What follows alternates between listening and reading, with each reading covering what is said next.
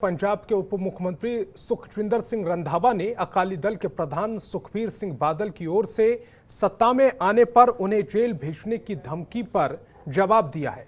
सुखविंदर सिंह रंधावा ने कहा कि वो किसी जांच से डरने वाले नहीं हैं। उन्होंने कोई भी गलत काम नहीं किया है। रंधावा ने पत्रकारों से बातचीत करते हुए कहा कि सुखबीर सिंह बादल को ये बात पता होनी चाहिए कि जो व्यक्ति गलत काम करता है उसके मन में ही घबराहट होती है, जबकि उन्होंने सरकारी स्तर पर पुलिस विभाग में नियुक्तियां भी मेरिट के आधार पर ही कराई थीं। उन्होंने कहा कि नशों और धार्मिक बेअदबी के मामलों को लेकर चल रही जांच में तेजी लाई गई है, तो किसी भी जांच से मैं डरता नहीं हूं, ये सुखविंदर सिंह रंधावा ने साफ किया है। ना कोई गलत काम किया है, ना जांच से डरता हूं। उप मुख्यमंत्री सुखविंदर सिंह रंधावा ने सुखबीर सिंह बादल पर तंज कसा है।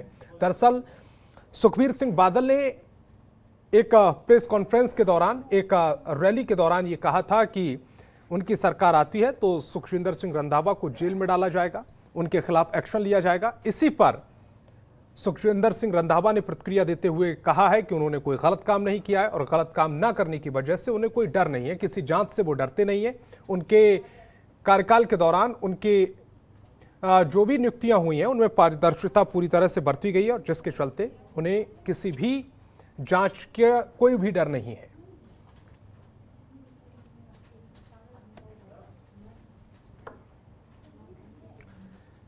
चब्बेवाल पहुंचे पंजाब आम आदमी पार्टी के प्रधान भगवंत मान रैली में पहुंचे, जहां इस दौरान उन्होंने कहा कि कांग्रेस और श्रोमणी अकाली दल बसपा गठबंधन को विधानसभा चुनाव में लोग पसंद नहीं करेंगे। इसी के साथ कहा कि कांग्रेस सरकार के अंदर कलह चल रही है। सीएम रणजीत सिंह चन्नी की जाखड़ के साथ बात नहीं बनती, जाखड़ की रंधावा के साथ बात नहीं बनती, रंधावा की नवजोत सिंह सिद्धू के साथ नहीं बनती और नवजोत सिंह सिद्धू की किसी के साथ नहीं बनती। ये लोग कैसे पंजाब के लोगों का कुछ भी संभाल सकते हैं, तो बड़ी बात कही गई है। भगवंत मान ने कांग्रेस पर हमला बोला है और साथ ही साथ कांग्रेस के तमाम बड़े नेताओं पर भी उन्होंने हमला बोल दिया है। उन्होंने कहा है कि कांग्रेस, बसपा और श्रोमणी अकाली दल का जो मेल है वो बेमेल है और इनमें आपसी कलह है। विधानसभा चुनाव में लोग इन्हें पसंद नहीं करेंगे। श्रोमणी अकाली दल बसपा गठबंधन को पसंद नहीं किया जाएगा। इसी के साथ उन्होंने कहा कि कांग्रेस सरकार के अंदर कलह चल रही है। सीएम रणजीत सिंह चन्नी की जाखड़ के साथ नहीं बनती है, जाखड़ की रंधावा के साथ नहीं बनती है, रंधावा की नवजोत सिंह सिद्धू के साथ नहीं बनती है और नवजोत सिंह सिद्धू की किसी के साथ नहीं बनती है। ऐसे लोग कैसे पंजाब का विकास करेंगे, कैसे पंजाब को संवारेंगे, ये उन्होंने सवाल पूछा है।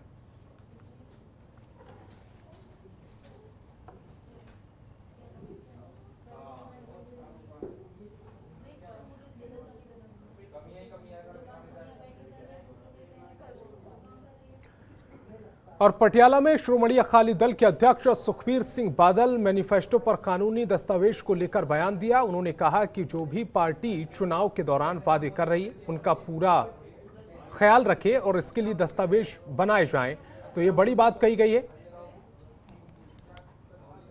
कि लीगल डॉक्यूमेंट बने।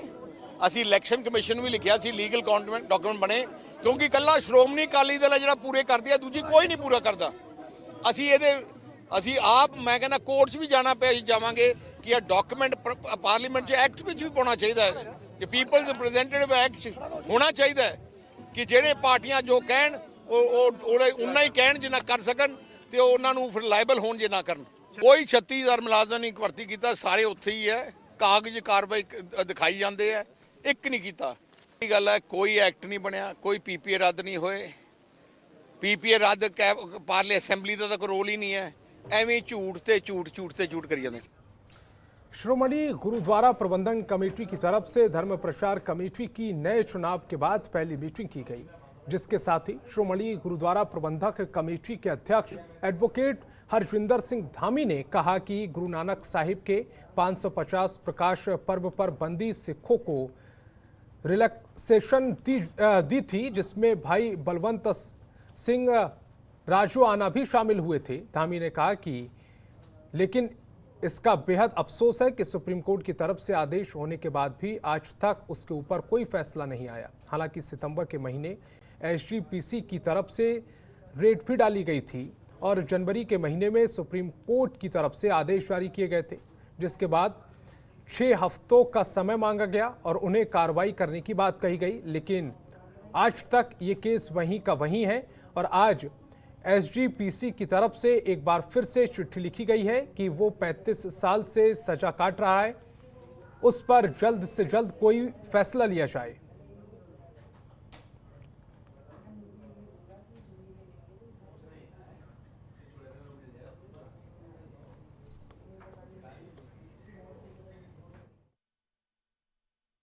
ਭੱਠਾ ਸਾਹਿਬ ਦੀ ਵੀਡੀਓ ਵਾਇਰਲ ਕੀਤੀ, ਉਹ ਤੋਂ ਬਾਅਦ ਇੱਕ ਸਾਡੀ ਵੀ ਲਾਈਵ ਚੱਲੀ ਫਿਰ, ਜਿਹਦੇ ਵਿੱਚ ਸਾਰਾ ਇਹਨੂੰ ਕਾਊਂਟਰ ਕੀਤਾ ਗਿਆ ਵੀ ਐਵੇਂ ਦੀ ਕੋਈ ਗੱਲ ਨਹੀਂ, ਇਹ ਸਿਰਫ ਇੱਕ ਮਾਫ ਕਰਿਓ ਮੈਨੂੰ ਤੁਸੀਂ ਮੀਡੀਆ ਵਾਲੇ ਵੀ, ਤੇ ਮੈਂ ਤੁਹਾਤੋਂ ਇਹ ਆਸ ਵੀ ਰੱਖਦਾ ਕਿ ਬੰਦਰਵਾੜਾ ਜਿਹੜਾ ਦਿਵਸ ਆ ਸਤਿਗੁਰ ਜੀ ਦੇ ਪੂਰੇ ਸਮੁੱਚੇ ਪਰਿਵਾਰ ਨੂੰ, ਸਿੱਖ ਪੰਥ ਦੇ ਪਰਿਵਾਰ ਨੂੰ ਸਮਰਪਿਤ ਆ। ਇਹਦੇ ਵਿੱਚ ਗੱਲਾਂ ਉਹ ਕਰੀਏ ਜਿਹੜੀਆਂ ਲਾਹੇਵੰਦ ਹੋਣ, ਗੁਰਸਿੱਖੀ ਦੀ ਸੇਧ ਮਿਲੇ, ਬੱਚਿਆਂ ਨੂੰ ਕਿੱਧਰ ਨੂੰ ਤੋਰਨਾ। ਤੇ ਜੇ ਆਪਾਂ ਇਹ ਕੰਮ ਕਰੀ ਜਾਣਾ ਆ ਤਾਂ ਫਿਰ ਮੈਂ ਸਮਝਦਾ ਭਈ ਇਹ ਕਿਸੇ ਅਸੂਲ ਅਨੁਸਾਰ ਕਰਨਾ ਚਾਹੀਦਾ। ਤੇ ਉਹ ਕੱਲ ਨਾਲ ਦੀ ਨਾਲ ਵੀਡੀਓ ਸਾਡੀ ਵੀ ਉੱਥੋਂ ਆ ਗਈ ਸੀ, ਉਹ ਜਿਹੜੀ ਭੇਜੀ ਆ ਉਹਨਾਂ ਨੇ ਵੀ ਭਾਈ ਇਹ ਜਿਹੜਾ ਆ ਕੋਈ ਐਵੇਂ ਦੀ ਗੱਲ ਨਹੀਂ ਹੋਈ, ਇਹ ਸਿਰਫ ਕਿਸੇ ਮੁੱਖ ਕਿਸੇ ਹੋਰ ਗੱਲ ਨੂੰ ਰੱਖ ਕੇ ਜਿਹੜੀ ਉਹ ਕੀਤੀ ਗਈ। ਸਾਡੇ ਕੋਲ ਕਿਉਂਕਿ ਦਿੱਲੀ ਗੁਰਦੁਆਰਾ ਪ੍ਰਬੰਧਕ ਕਮੇਟੀ ਦਾ ਜਿਹੜਾ ਉੱਥੇ ਸਾਡੇ ਇਹਨਾਂ ਨੇ ਡਾਇਰੈਕਟਰ ਲਾਇਆ ਆ, ਜਿਹੜਾ ਉਹ ਸਾਰੀ ਚੋਣ ਨੂੰ ਦੇਖ ਰਿਹਾ, ਉਹਨੇ ਹਾਲੇ ਸਾਨੂੰ ਲਿਖ ਕੇ ਭੇਜਿਆ ਨੇ। ਜੇ ਲਿਖ ਕੇ ਭੇਜਣਗੇ ਫਿਰ ਅਸੀਂ ਨਾਂ ਵੀ ਆਪਣਾ ਇੱਥੋਂ ਨੋਮੀਨੇਟ ਕਰਕੇ ਭੇਜਾਂਗੇ ਉਹਦੇ ਲਈ। ਹਾਲੇ ਤੱਕ ਸਾਨੂੰ ਉਹਨੇ ਮੰਗ नहीं की, जब मांग आ गई ਅਸੀਂ ਨਾਲ फिर वो करा। सीमा सुरक्षा बल के जवानों ने शुक्रवार रात पंजाब के फिरोजपुर बॉर्डर इलाके में एक ड्रोन को बरामद किया। बीएसएफ के एक सीनियर अधिकारी ने बताया कि बरामद किया गया ड्रोन मेड इन चाइना है और ये पाकिस्तान की तरफ से भारतीय क्षेत्र में आया है। बीएसएफ के सीनियर अधिकारी इलाके में पहुंचकर सर्च ऑपरेशन में जवानों की मदद कर रहे हैं, जबकि अभी तक इसकी जानकारी नहीं मिली है कि ड्रोन में किसी तरह के हथियारों का इस्तेमाल किया गया है या नहीं। बीएसएफ ने एक बयान में बताया है कि शुक्रवार रात करीब 11:10 पर अमरकोट के पास बॉर्डर आउट पोस्ट पे बीएसएफ पेट्रोलिंग टीम को गुंजन की एक आवाज सुनाई दी। ड्रोन काफी नीचे उड़ रहा था और यह अंतर्राष्ट्रीय सीमा से करीब 300 मीटर और बीएसएफ के घेरे से 150 मीटर की दूरी पर देखा गया। बीएसएफ की कई टीमें इलाके में तलाशी अभियान चला रही थी ताकि इसका पूरा पता चल सके कि ड्रोन का इस्तेमाल किस उद्देश्य से किया जा रहा है। तो किस उद्देश्य से ये किया जा रहा है उसको लेकर लगातार जांच चल रही है, कोशिश की जा रही है कि ड्रोन का इस्तेमाल क्यों किया जा रहा था इसका पता चल सके।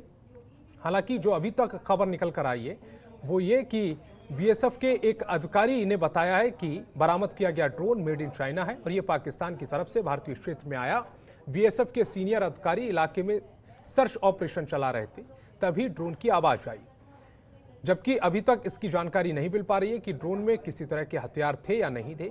बीएसएफ के एक बयान में बताया है कि शुक्रवार रात करीब 11:10 पर अमरकोट के पास बॉर्डर आउट पोस्ट पर बीएसएफ पेट्रोलिंग टीम को गुंजन की आवाज आई, यानी कि ड्रोन के उड़ने की आवाज आई। ड्रोन काफी नीचे उड़ रहा था और ये अंतर्राष्ट्रीय सीमा के करीब था, 300 मीटर करीब अंतर्राष्ट्रीय सीमा के ये ड्रोन उड़ रहा था और बीएसएफ के घेरे से 150 मीटर की दूरी पर था। बीएसएफ की कई टीम इलाके में तलाशी अभियान चला रही हैं ताकि इसका पता चल सके कि ड्रोन के इस्तेमाल का उद्देश्य आखिर क्या है।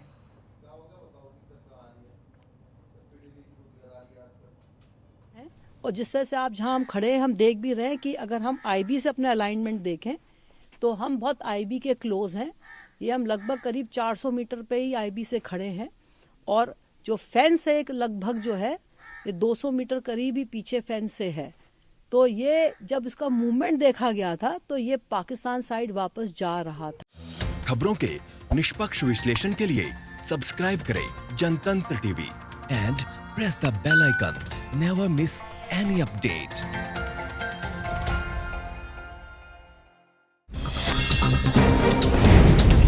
डाउनलोड कीजिए जनतंत्र टीवी ऐप को, जो कि अवेलेबल है गूगल प्ले और ऐप स्टोर पर। अधिक जानकारी के लिए अभी डाउनलोड करें।